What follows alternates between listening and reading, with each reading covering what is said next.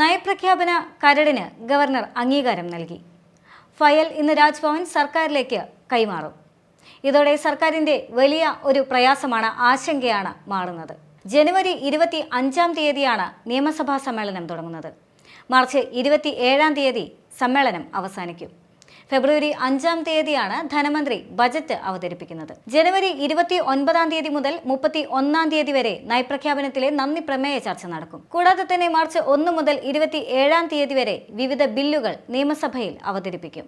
വലിയ ആശങ്കയായിരുന്നു സർക്കാരിന്. ഈ നയപ്രഖ്യാപന ചടങ്ങുമായി ബന്ധപ്പെട്ടുകൊണ്ട് തന്നെ ഗവർണറുടെ ഭാഗത്തു നിന്നുള്ള പ്രതികരണം എങ്ങനെയായിരിക്കും എന്നുള്ളൊരു ആശങ്ക സർക്കാരിനെ സംബന്ധിച്ച് ഉണ്ടായിരുന്നു. കഴിഞ്ഞ നയപ്രഖ്യാപന സമയത്തെല്ലാം തന്നെ ഗവർണർ സ്വീകരിച്ച ചില നിലപാടുകൾ ഇത്തവണയും ആവർത്തിക്കാൻ സാധ്യതയുണ്ടോ? മാത്രമല്ല, ഇപ്പോൾ സർക്കാർ ഗവർണർ പോര് വലിയ തോതിൽ നിലനിൽക്കുന്ന സാഹചര്യത്തിൽ ഗവർണറുടെ തീരുമാനം എന്തായിരിക്കാം എന്നുള്ള വലിയ തോതിലുള്ള ആശങ്കയാണ് ഇപ്പോൾ മാറിയിരിക്കുന്നത്. എന്തു തന്നെയാണെങ്കിലും നിയമസഭാ സമ്മേളനത്തിന് 25 തുടക്കമാവുകയാണ്. മറ്റൊരു പ്രത്യേകത എന്ന് പറയുന്നത്, കേരളം വലിയ സാമ്പത്തിക പ്രതിസന്ധിയിലൂടെ കടന്നു പോകുന്ന സാഹചര്യമാണ്. ഈ സാഹചര്യത്തിലാണ് ഫെബ്രുവരി 5 ധനമന്ത്രി KN ബാലഗോപാലൻ ബജറ്റ് അവതരിപ്പിക്കാൻ പോകുന്നത്.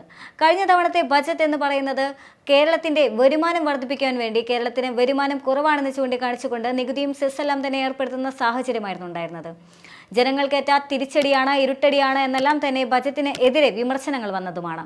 അതുകൊണ്ട് തന്നെ കേരളത്തിലെ ഇത്തരത്തിലൊരു സാഹചര്യത്തിൽ, കേരളം അതിരൂക്ഷമായിട്ടുള്ള സാമ്പത്തിക പ്രതിസന്ധിയിലൂടെ കടന്നു പോകുന്ന ഈ സാഹചര്യത്തിൽ എന്ത് മാജിക് ആയിരിക്കും ധനമന്ത്രി കാണിക്കാൻ പോകുന്നത് എന്നുള്ളൊരു ആകാംക്ഷയും അതിലുപരി ആശങ്കയും ഉണ്ട് എന്നുള്ളതാണ് യാഥാർത്ഥ്യം. കാരണം കഴിഞ്ഞ വട്ടം തന്നെ ബജറ്റ് അവതരിപ്പിക്കുന്നതിന് പോകുന്നതിന് മുൻപ് വലിയൊരു മാജിക്കാണ് കാത്തിരിക്കുന്നത് എന്നുള്ള തരത്തിലുള്ള അദ്ദേഹത്തിന്റെ ചില വാക്കുകളെല്ലാം തന്നെ ഏറെ ശ്രദ്ധ നേടിയിരുന്നതാണ്. പക്ഷേ ബജറ്റ് കഴിഞ്ഞ സമയത്തിൽ അത്തരത്തിലുള്ള യാതൊരു മാജിക്കും ഉണ്ടായിരുന്നില്ല എന്നുള്ള തരത്തിലുള്ള വിമർശനങ്ങളും ആ സാഹചര്യത്തിൽ തന്നെ ഉണ്ടായിരുന്നു. മാത്രമല്ല, ബജറ്റ് ജനങ്ങളെ സംബന്ധിച്ചിടത്തോളം അത് വലിയ ഒരു കടമ്പ തന്നെയായിരുന്നു എന്നുള്ളതാണ്. വിവിധ സാധനങ്ങളിൽ സെസ് ഏർപ്പെടുത്തിക്കൊണ്ടായിരുന്നു ബജറ്റ് അവസാനിച്ചിട്ടുണ്ടായിരുന്നത്. മാത്രമല്ല, പെട്രോൾ തുടങ്ങി ഒരുപാട് അവശ്യ സാധനങ്ങളിൽ പോലും വില വർധനവുണ്ടായി എന്നുള്ളതെല്ലാം തന്നെ കഴിഞ്ഞ ബജറ്റിന്റെ ഏറ്റവും വലിയ പ്രശ്നം തന്നെയായിരുന്നു.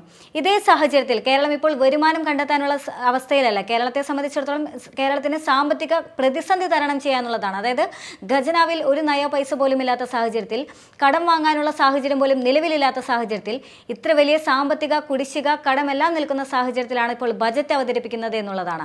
ഈ ബജറ്റ് എങ്ങനെയാണ് ഇനി എന്ത് മാജിക് പ്രയോഗിച്ചാലാണ് കേരളത്തിനെ കരകയറ്റാൻ സാധിക്കുക എന്നുള്ള വലിയ തരത്തിലുള്ള ഒരു ആശങ്ക ഉണ്ട് എന്നുള്ളതാണ്. പക്ഷേ അതേസമയം തന്നെ സംസ്ഥാന സർക്കാരിൻ്റെ ഭാഗത്തു നിന്നാണെങ്കിലും ധനമന്ത്രിയുടെ ഭാഗത്തു നിന്നാണെങ്കിലും പലപ്പോഴും പറയുന്നത് ബജറ്റ് ഇത്തവണ അല്പം പ്രതീക്ഷ നൽകുന്നതാണ്, വലിയ തരത്തിലുള്ള ആശങ്കയിലേക്കൊന്നും പോകേണ്ട സാഹചര്യമില്ല എന്ന തരത്തിലുള്ള ചില വാക്കുകളാണ് സർക്കാരിൻ്റെ ഭാഗത്തു നിന്നാണെങ്കിലും ധനമന്ത്രിയുടെ ഭാഗത്തു നിന്നെല്ലാം തന്നെ കഴിഞ്ഞ കുറച്ച് ദിവസങ്ങൾക്ക് മുൻപേ തന്നെ ഉണ്ടായിട്ടുള്ളത്.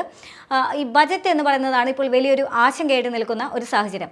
മറ്റൊരു സവിശേഷത എന്ന് പറയുന്നത്, 2 പുതിയ മന്ത്രിമാർ കൂടി മന്ത്രിസഭയിലേക്ക് വന്നിരിക്കുന്നു എന്നുള്ളതാണ് മറ്റു പുതിയ ഒരു കാര്യം എന്ന് പറയുന്നത്. ആ ഒരു സാഹചര്യം കൂടി ഇപ്പോൾ നടക്കാനിരിക്കുന്ന നിയമസഭാ സമ്മേളനത്തിൽ ഏറെ കൗതുകകരമാണ് എന്നുള്ളതാണ്.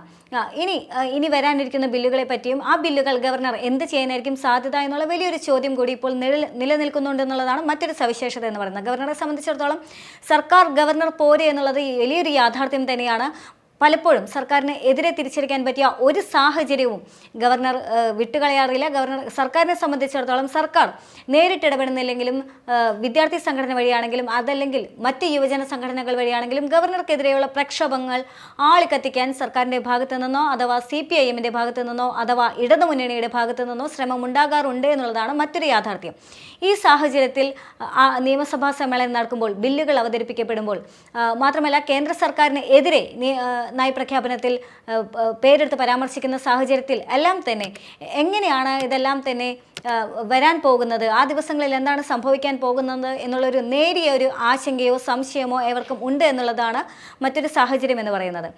പക്ഷേ ഇത്തവണ സർക്കാരിൻ്റെ ഭാഗത്തു നിന്നും നയപ്രഖ്യാപനത്തിലെ കരടിൽ ഗവർണറെ കുറിച്ചുള്ള യാതൊരു തരത്തിലുള്ള പരാമർശങ്ങളും, അതായത് കുറ്റപ്പെടുത്തലുകളൊന്നും തന്നെ സർക്കാരിൻ്റെ ഭാഗത്തു നിന്നും ഉണ്ടായിരുന്നില്ല എന്നുള്ളത്. അതായത് സർക്കാരിൻ്റെ ഭാഗത്തു നിന്നും വളരെ ബുദ്ധിപൂർവ്വം പെരുമാറി എന്ന് വേണം ഈ സാഹചര്യത്തിൽ മനസ്സിലാക്കാൻ. ഗവർണറുടെ ഭാഗത്തു നിന്നും ഇത്രയധികം എതിർപ്പുകൾ നിന്നിരുന്ന സാഹചര്യത്തിൽ, ഗവർണർ സർക്കാരിനെതിരെ ഇത്ര കണ്ട് വിമർശിച്ചിരുന്ന സാഹചര്യത്തിൽ, ഗവർണർ സർക്കാരിനോട് ഇവിടെ സാമ്പത്തിക അടിയന്തരാവസ്ഥ പ്രഖ്യാപിക്കാൻ പറഞ്ഞിരുന്ന സാഹചര്യത്തിൽ ഗവർണർക്കെതിരെ ഒരു വാക്ക് പോലും നയപ്രഖ്യാപനത്തിൽ ഉൾപ്പെടുത്തിയിട്ടില്ല എന്നുള്ളത് സർക്കാർ തീർത്തും ബുദ്ധിപരമായി നീങ്ങിയ, തീർത്തും ബോധപൂർവം ചെയ്ത ഒരു വസ്തുത തന്നെയാണ്. ആ ഒരു സവിശേഷത കൂടി ഇതിലുണ്ട് എന്നുള്ളത് തന്നെയാണ് മറ്റൊരു കാര്യം എന്ന് പറയുന്നത്. പക്ഷേ എന്തൊക്കെ പറഞ്ഞാലും കേന്ദ്ര സർക്കാർ കേരളത്തോട് എപ്പോഴും അവഗണന കാണിക്കുന്നു എന്നുള്ള വലിയൊരു ഗുരുതരമായ ആശങ്കകരമായ സാഹചര്യമാണ് ഇപ്പോൾ നിലവിലുള്ളത്.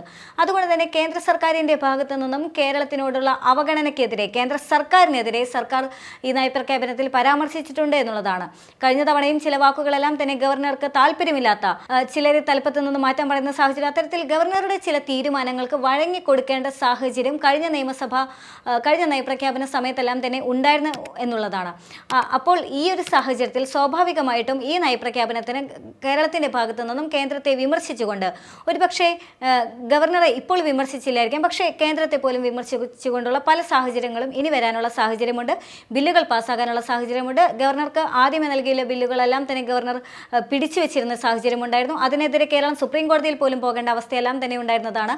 അതുകൊണ്ട് വലിയൊരു ആശങ്ക ഒഴിഞ്ഞിരിക്കുന്നു. അതായത് കേരള സർക്കാരിനെ സംബന്ധിച്ചിടത്തോളം ബുദ്ധിപൂർവ്വം ചില വാക്കുകളെല്ലാം മാറ്റി നിർത്തിക്കൊണ്ട് തന്നെ ഗവർണറെ കൊണ്ട് കരട് അംഗീകരിപ്പിച്ചിരിക്കുന്നു എന്ന് വേണം പറയാനായിട്ട്.